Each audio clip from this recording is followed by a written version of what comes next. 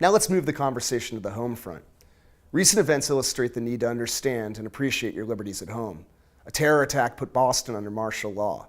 Extreme acts of nature, whether a hurricane on the Gulf Coast or a tornado in the heartland, challenge our basic understandings of law and order.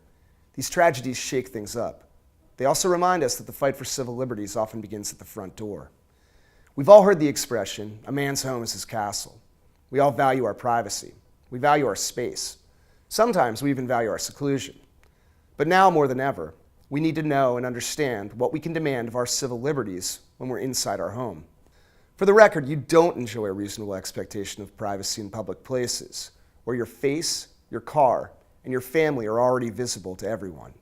If you're spotted by a speed camera, or a cop car, or a high-flying drone, know that this doesn't involve unreasonable searches and seizures, to quote the Fourth Amendment. Justice Louis Brandeis famously marveled at the right to be left alone, the most comprehensive of rights, and the right most valued by a free people.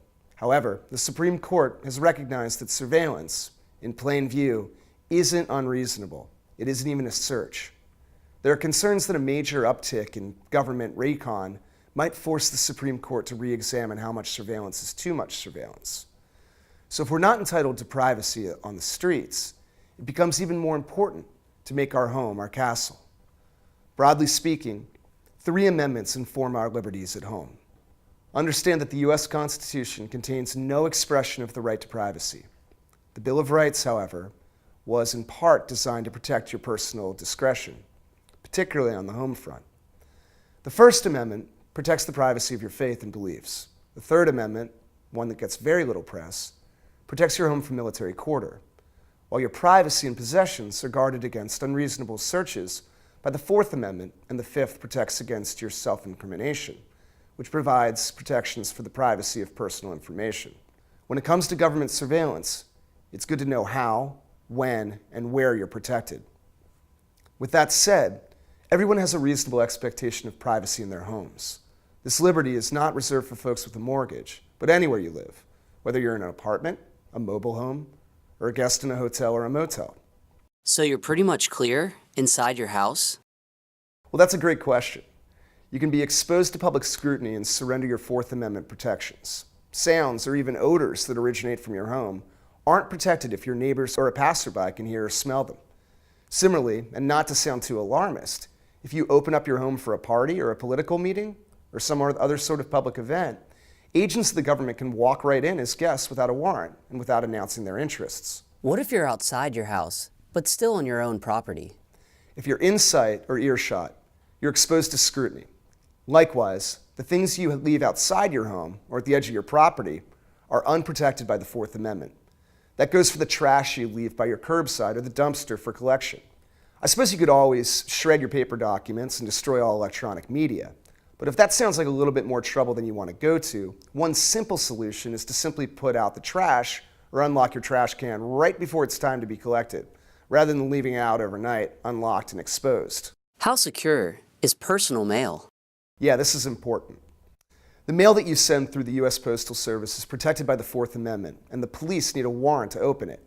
But if you're going to use the post office, send your package first class or above. Postal inspectors do not need a search warrant to open discount rate mail because it isn't supposed to be used for personal correspondence. Also, stuff you write on a postcard is fair game. There's something else to consider. While you have privacy in the contents of your mail and the packages you send, you don't have any privacy in the to and from addresses that are printed on them. This means the authorities can ask the post office to report the name and address of every person you send mail to or receive mail from. This is referred to as mail cover. They do not need a warrant. If this sounds a little familiar to recent revelations of Verizon snooping, it should. Mail cover is essentially just a low-tech form of what they call traffic analysis, which Jeff is going to talk about further in our discussion on electronic surveillance. What do I do if the police are at my front door? Well, that's never a comfortable moment, but sometimes the police have to stop by. My first suggestion is to always maintain composure. Most importantly, remain courteous to the officers, even if they're being brusque. This can only help protect your safety and keep you free from embarrassment. Also, I'd suggest telling them to wait outside of your home. Once you've invited them in, They're generally free to search at random, and even if you have nothing to hide, it can be an uncomfortable experience to feel like someone's sizing up your home. Again, always be polite. They deserve your respect, but keep the conversation outside. Always ask why they're there. Don't jump to conclusions. Perhaps you think they've stopped by because you've got a brother or a sister or a son or daughter who's made a bad decision. Well, it's better to ask first because they could be there for something else altogether. Perhaps to alert you to a nearby crime or just a police fundraiser. On the other hand, don't answer unnecessary questions. Police are invested in keeping us safe, but they're also responsible for arresting people for crimes. As long as you keep answering, they can keep asking. You can tell the officer you'd prefer not to answer questions, ask if you're under arrest, and then feel free to leave, or you can ask the same of the officer.